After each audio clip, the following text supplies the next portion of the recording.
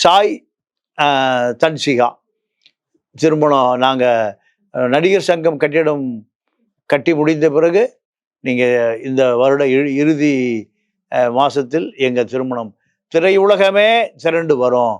இப்போ சாய் தன்சிகா மணப்பெண், விஷால் மணமகன் இந்த செய்தியை சொல்லுகிறார்கள். இப்போ நமக்கும் அதே தான், இந்த திருமணமாவது நடக்கணும், திரையுலகம் திரண்டு வரணும், அதில் நாமளும் போய் வாழ்த்தணும். அப்போது இது இயல்பாக எல்லாருக்கும் உள்ள ஒரு விஷயந்தான். ஆனால் இந்த நடிகர் சங்கம் கட்டி முடித்த பிறகுதான் என்னுடைய திருமணம். இந்த நடிகர் சங்கம் 9 ஆண்டுகளாக கட்டப்படுகிறது. டெய்லி ஒரு செங்கல் வச்சிருந்தா இது 5 வருஷத்துக்கு முந்தைய முடிஞ்சிருக்கும்.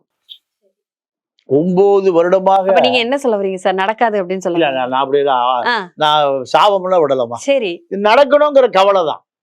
எனக்கு மட்டுமல்ல, கட்டி முடிக்கப்பட மாட்டாங்கன்னு சொல்றாங்க. நடிகர் சங்கம் கட்டி முடிக்கப்பட மாட்டாதுன்னு சொல்ல. ரெண்டுமே நடக்கணும்னு தான் விரும்புறேன். சரி, காலம் காலம் தாழ்த்திய அந்த வருத்தம் திரைப்பட நடிகர்களுக்கு இருக்கு, துணை நடிகர்களுக்கு இருக்கு, பெரிய நடிகர்களுக்கு இருக்கு.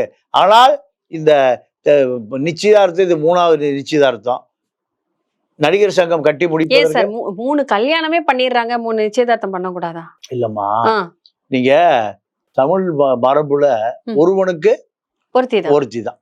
அப்போ நிச்சயம் வரை போய் ஏன் திருமணம் நடக்கலைங்கிற விஷயம் இருக்குல்ல, அதனால இப்ப நம்ம பேச வேண்டி வந்திருக்கு.